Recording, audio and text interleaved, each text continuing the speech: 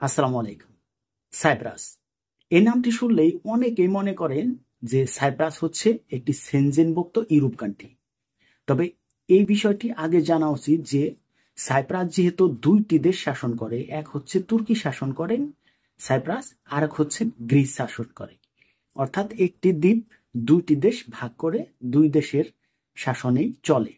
যেটুকু গ্রিস শাসন করে সেটাকে ইউরোপিয়ান আওতাভুক্ত বলা হয়, যদিও সেনজেনভুক্ত ইউরোপ কান্ট্রি নয়, তবে হ্যাঁ সেখানে ইউরোপের আওতাভুক্ত।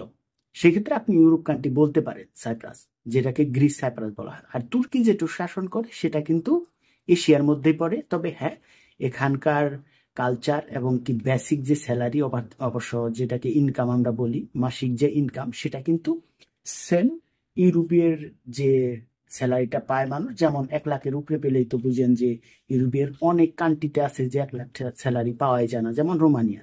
রোমানিয়া কিন্তু এখন সেনজেনভুক্ত হয়ে গেছে, তারপরেও কিন্তু 1 লাখ টাকা স্যালারি পাওয়া যায় না। কিন্তু তুর্কি সাইপ্রাসে যদি আপনি ওয়ার্কার ভিসা আসতে পারেন, কিংবা যদি আপনি তুর্কিতে আসতে পারেন, সেক্ষেত্রে যে কোনো কাজই করেন না কেন সরকারি ল অনুযায়ী এখন কিন্তু 35,000 লিরা আপনি মাসে বেসিক স্যালারি পাবেন। সেটা যদি বাংলা টাকায় কনভার্ট করেন সেক্ষেত্রে আপনার কিন্তু 35,000 লিরা দিয়ে যদি 3.5 দিয়ে আপনি হিসেব করেন, কনভার্ট করেন, তাহলে কিন্তু বাংলা টাকায় আসবে 1,22,500 টাকা। অর্থাৎ 35,000 লিরাকে বাংলা টাকায় কনভার্ট করলে 1,22,500 টাকায় আসবে।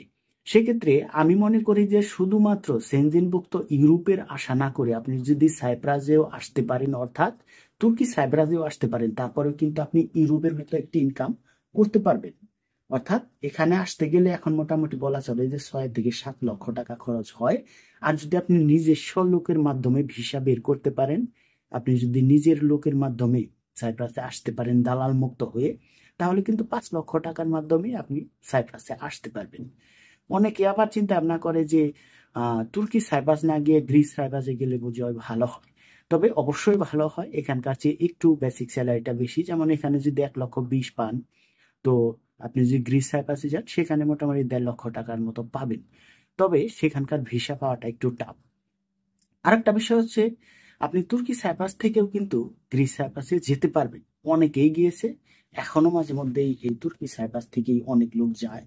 ওয়ার্কার ভিসা নিয়ে যেতে পারে না, তারা কিন্তু অবৈধভাবে যায়। অর্থাৎ বর্ডার এলাকা যেহেতু দুইটাই একই দ্বীপের মধ্যে, সেক্ষেত্রে বর্ডার পাস করে তারা কিন্তু গ্রিস সাইপ্রাসে যায়, সেখানে গিয়ে কাজকর্ম করে।